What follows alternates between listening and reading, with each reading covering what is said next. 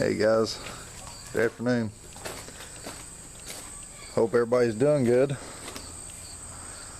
But I sent my dad after some parts, the bearings for that front diff here, the test fit bearings. That way we can shim it up. But I figured while I was waiting on them to do that, figured I'd kind of go over this thing, let you know what I've put into it already. I haven't done nothing like that on the channel yet. I'm uploading right now as far as the new parts and stuff that come in for the diff. So kind of figured I'd go over, touch bases, and let you know what's all underneath this thing. The springs, they're a 6.5 inch Rusty's Off-Road lift springs. I've got Skyjacker Hydro 7000. They're good up to 8 inches in the front and 8.5 in the rear. The brake lines here are the Rusty's. I don't know if you can see that, it's kind of dark, but they're the Rusty's extended brake lines. Very good quality.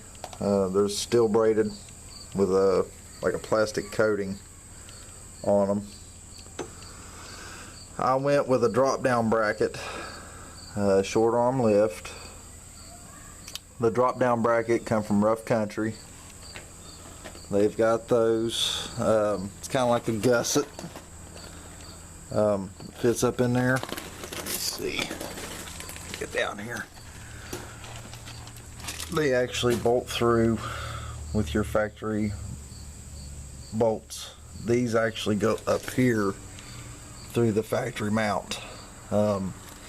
It comes with a set, but getting the old ones out, you're probably going to have some trouble with, because these guys, they're out in the weather and they're small and they take a lot of beating. So if you start to do these, make sure that you've got a parts store nearby, and be prepared to buy some bolts, because they break off real easy. And if y'all do this stuff, you'll know what I'm talking about.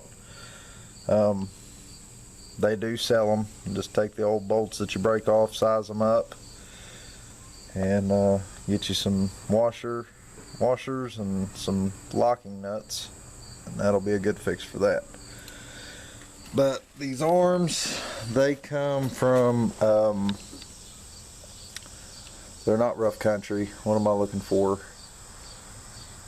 Shoot. Core 4x4. That's it. They come from Core 4x4. Fully adjustable, upper and lower. I think they're $260 for the set, for the upper and lower.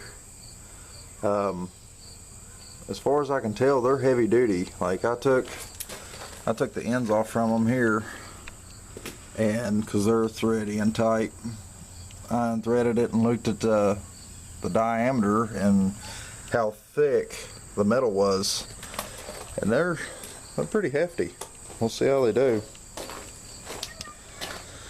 But I went with 1-ton steering.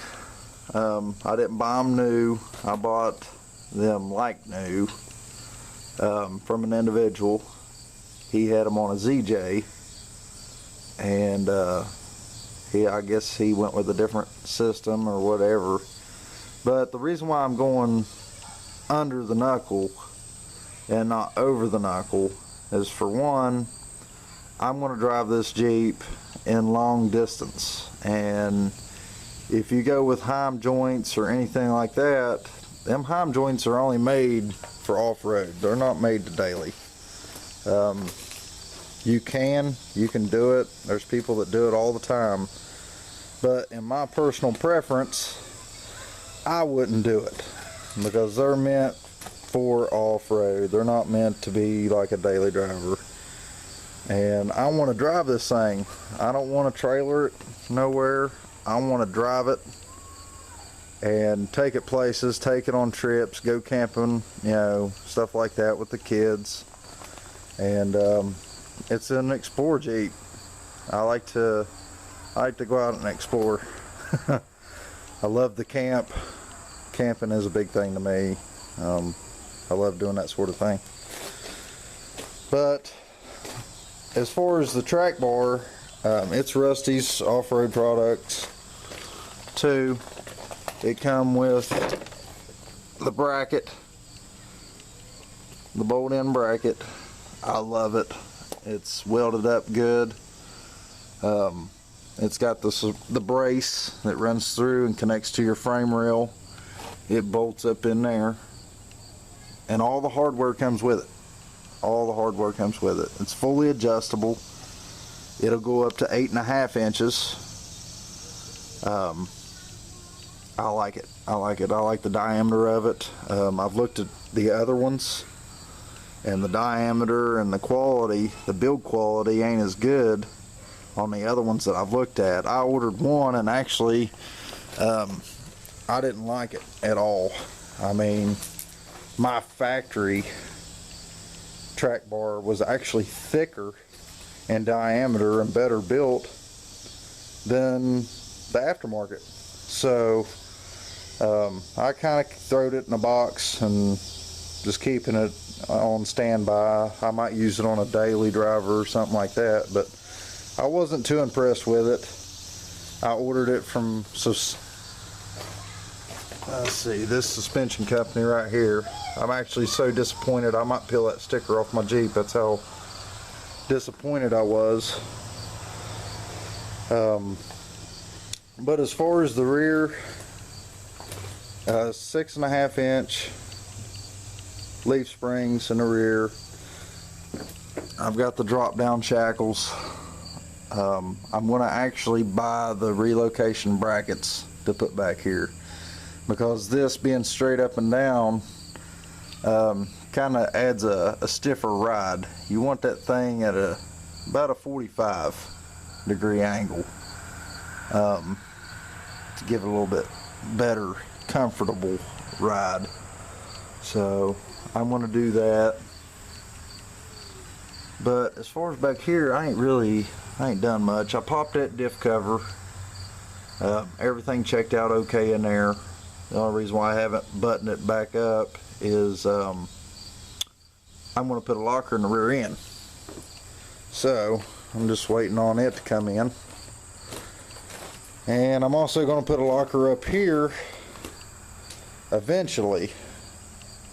But I'm going to wait to put the locker in the front, because eventually I'm going to go with lock-in, lock-out hubs, the Yukon setup.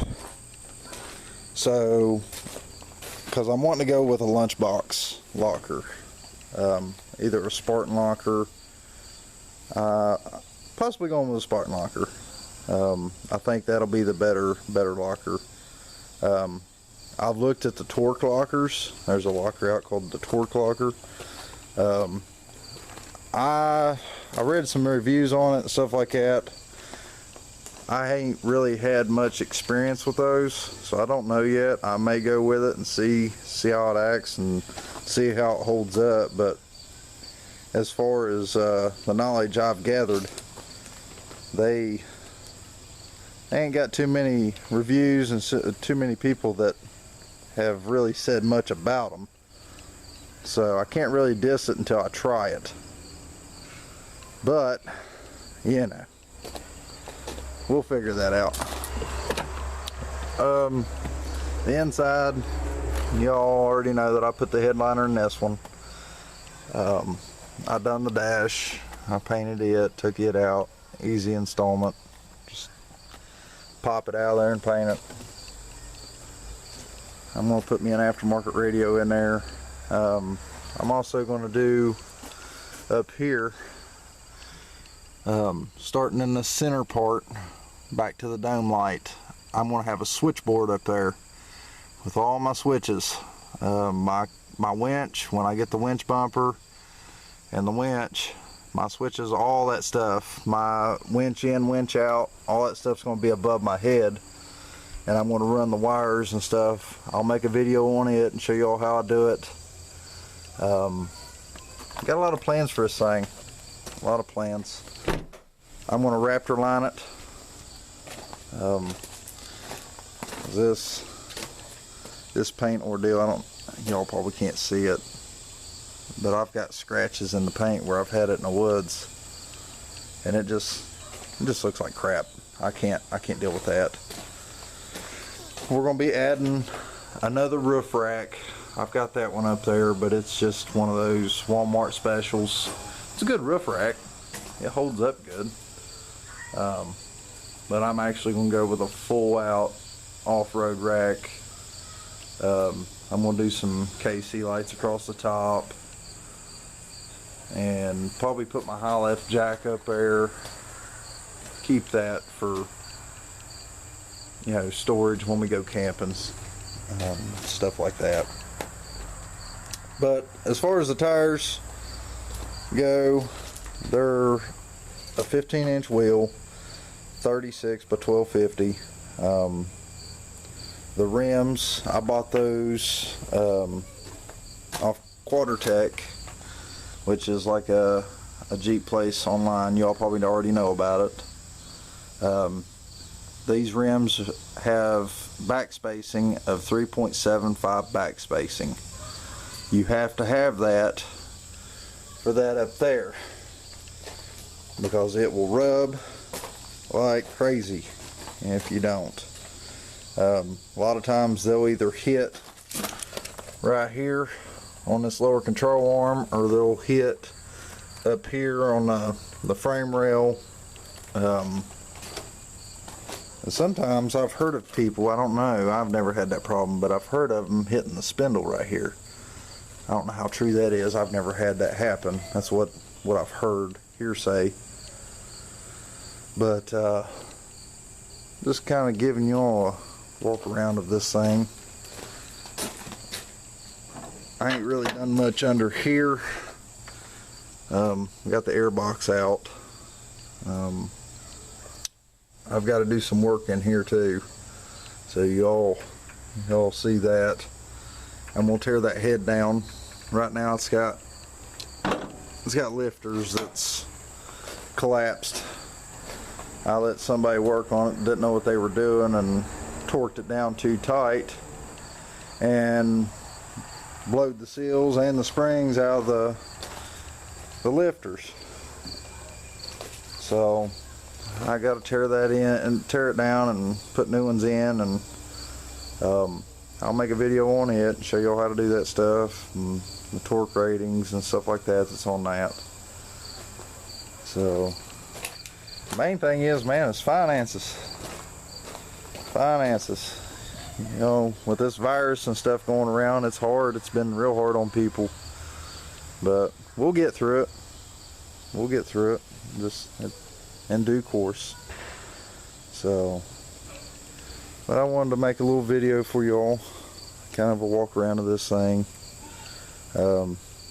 I've ordered a new fuel pump to put in it. That's why the tank's out of it.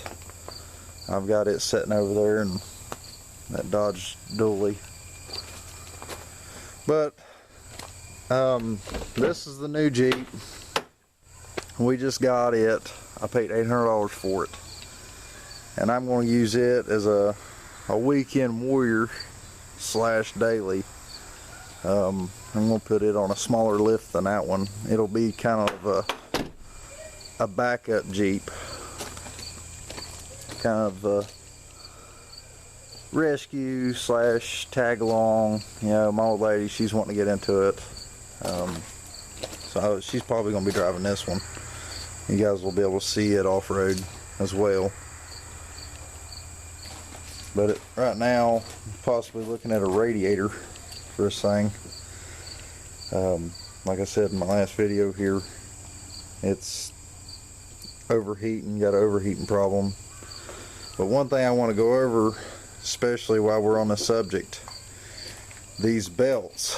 I didn't go over it in my last video, and I should have.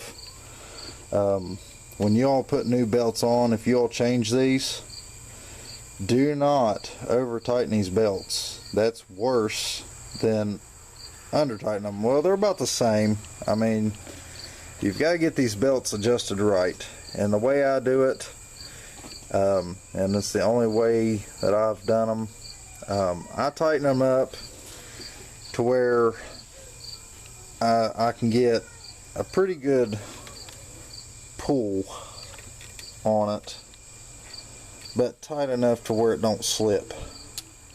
Because if you tighten these up too tight, you're going to burn up your bearing on your water pump. You're going to burn up your tensioner pulley, because that's got a bearing also, and it puts a lot of stress on your belt. So I run them, you know, tight enough to where it don't squeak or nothing like that, and it's pretty tight, but you want some push in play. So remember that. And if you got them too loose, they'll overheat. They'll overheat on you. Another thing is these clutch fans. You need to make sure that that's got resistance. Like this one, it don't have enough resistance. It's too loose. And in the trails, when you're four wheeling and you're really running the dog crap out of this thing, it'll overheat. These shrouds, believe it or not, a lot of people run without them. If you're having overheating problems and you've changed the water pump and you've making sure that your auxiliary fan's working and you've flushed it and tried all the different things, if you ain't got a shroud, put one on it. That acts as like a funnel, and it funnels the air through. It creates more draw through that radiator. So if you're having overheating problems, make sure that this is on your Jeep. If you don't have one, you can buy one on Amazon for about $15. They're cheap, very cheap. So if you ain't got one, get one.